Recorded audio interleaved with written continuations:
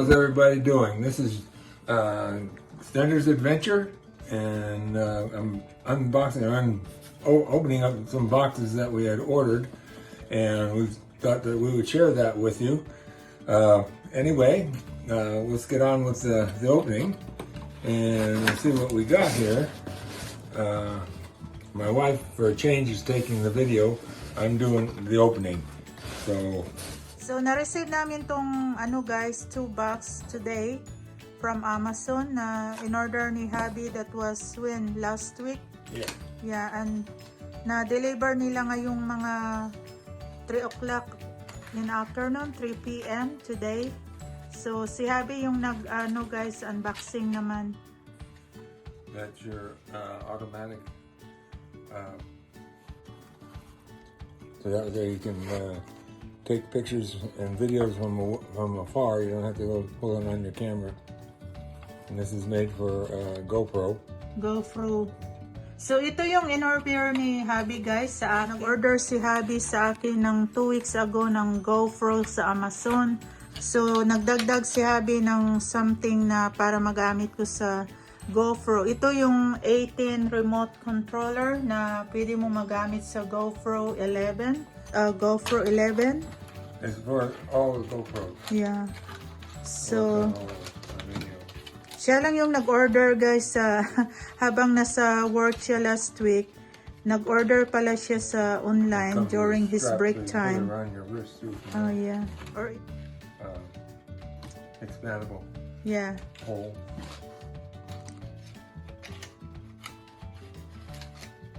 Very nice. Very nice. Yeah, it's good. That would be a big help. Yeah. Thank you, sweetheart. When you're taking your Video or vlog. and you have the have it on the hole. And here's the GoPro that I got for my wife to help her out with her vlogs. So it's a GoPro 11, and this is this small stand.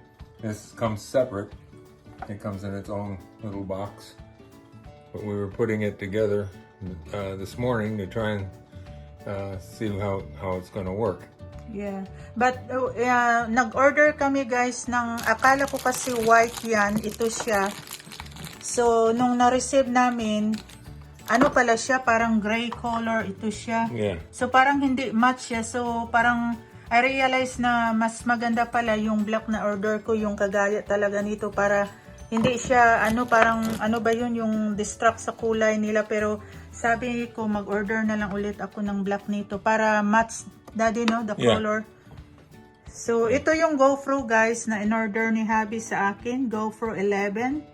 So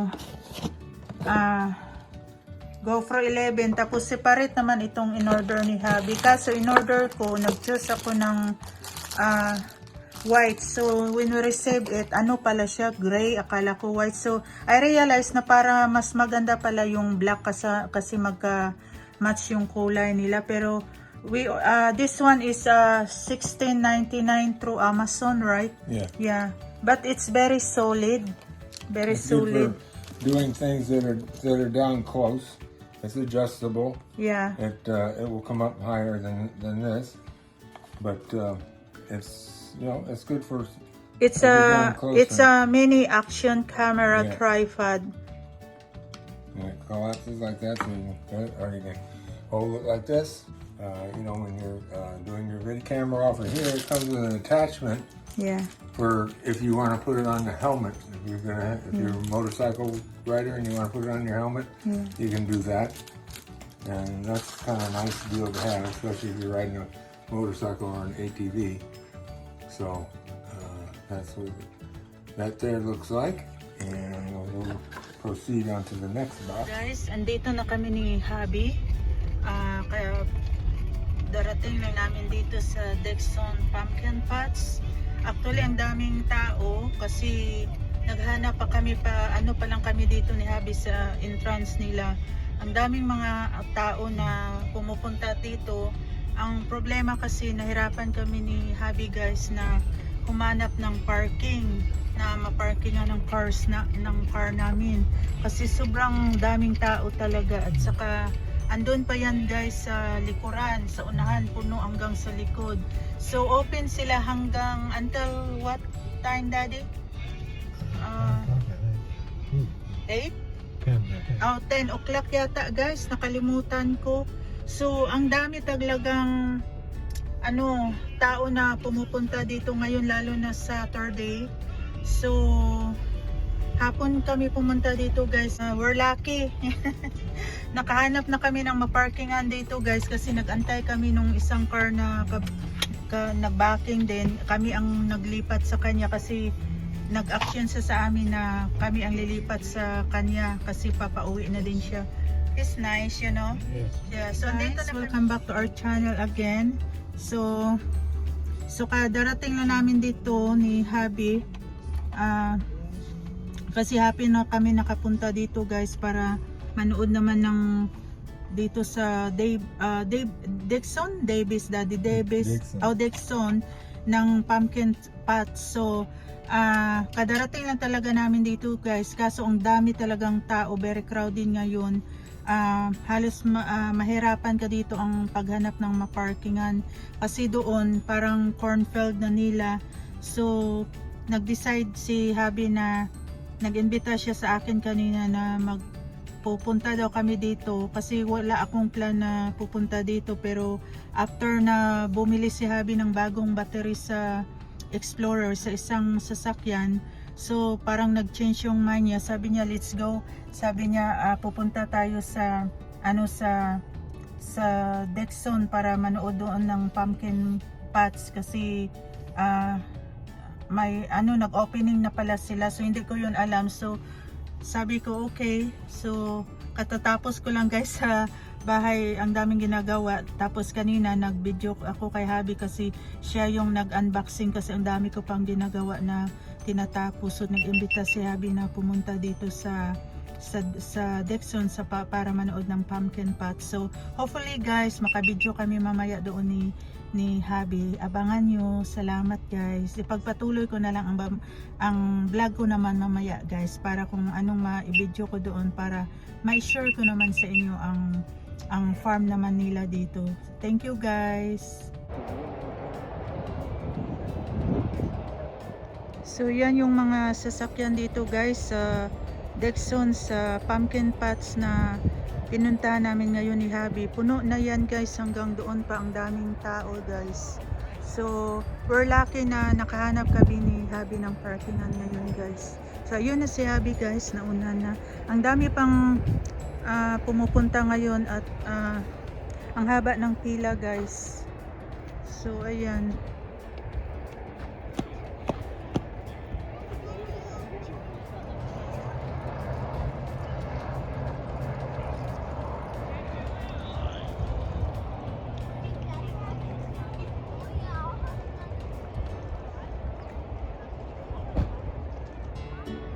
So bumalik si Habi guys kasi kinuha niya yung jacket ko kasi nakalimutan ko guys, kasi baka pagpasok namin doon hindi na ako makabalik kasi ang daming sasakyan, tapos ang layo pa ng lalakari namin kasi nakalimutan ko yung jacket ko.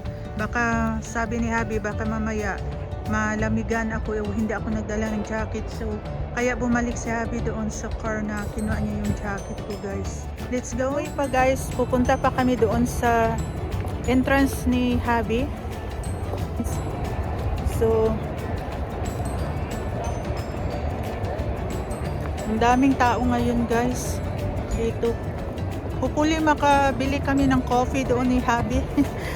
At saka minsan kasi nagbibenta din sila nung yung mga pie na pumpkin pie, Daddy, no?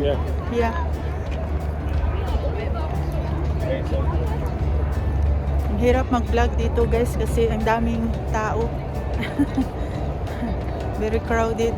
So ang daming tao guys ngayon. She has them all over California and she's good California.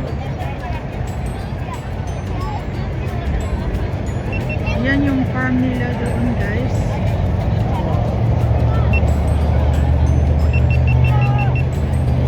Ang iba nakasuot pa ng Halloween costume. Nagdiretso na sila dito sa farm kahit nakasuot pa sila ng Halloween costume. yan yung security nila na nakasakay na green. Ang daming tao guys. Andun din si Abby guys, nagbe-video sa gamit niya na ang GoPro na in-order niya sa Amazon. So sabi ko, hindi ako marunong magamit dyan, dito na ako sa phone. So siya yung gumamit ng GoPro guys, para ma-video niya dito at ma-share sa inyo ang tanawin naman dito. Ma-share namin sa inyo guys through the vlog or video ang ano dito, yung sabi nila na Halloween sa pumpkin pots. So ito yung mga pumpkin nila. So yan. Yan. Ang daming mga pumpkin nila guys, iba-ibang sizes yan. So depende kung anong gusto mo kalaki na bibilhin dito sa farm nila. So kunin mo lang dyan, tapos dadalhin mo doon sa front para bayaran mo kung how much yung charge nila. Depends din sa sizes guys. So ang daming tao guys ngayon dito.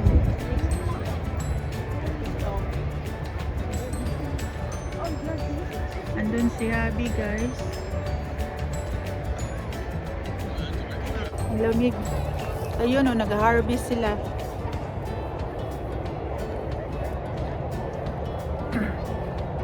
Sa lamig dito.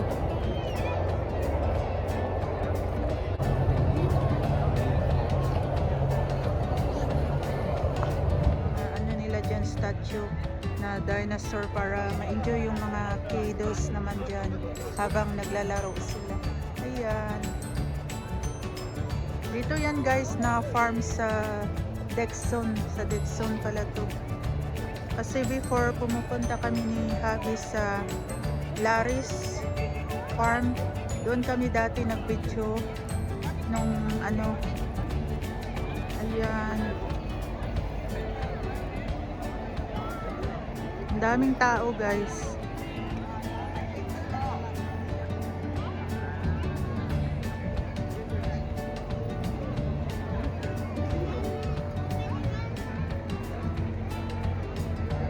May Indian pa sila doon na ano.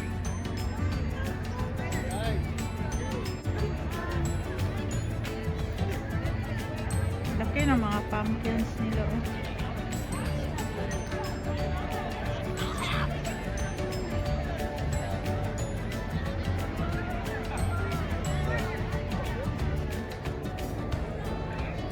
So ito is na pwede kayo mag-order ng drinks, coffee, or pumpkin pie na binibinta nila. Din dito kayo kakain. Yan, ang laki. Doon na si Javi guys. So dito guys, dito sila bumibili ng pag mag-order ka ng mga drinks mo. Mga pumpkins nila guys na dito nila hinarvest mismo sa farm nila. Ayan.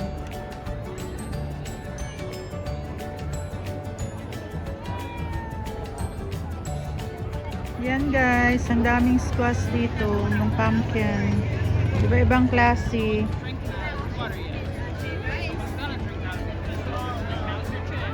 Yan.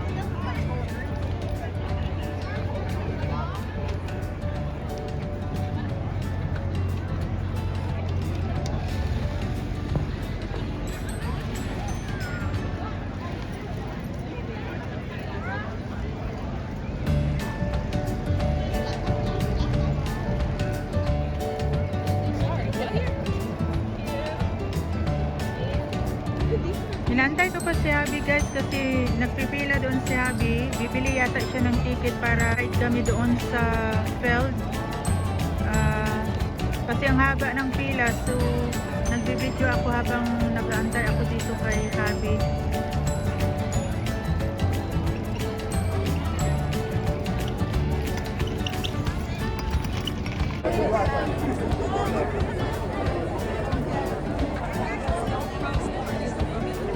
Oh, yeah, no. Okay.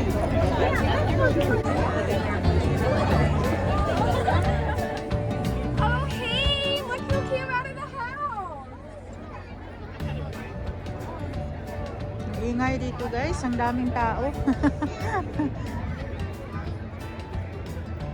Ang Ang daming tao. Mahirap din mag-video dito sa sobrang dami ng tao dito. Ayan yung mga pumpkin nila dito, guys. Ayan.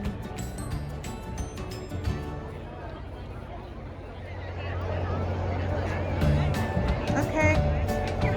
Ayan guys, sa taas. Ang cute.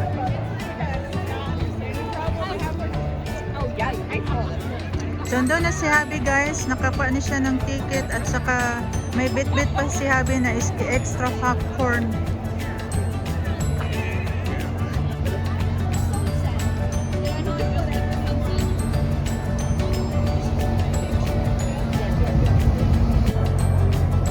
Ang hirap maglakad dito guys sa farm kasi yung lupa nila hindi pantay.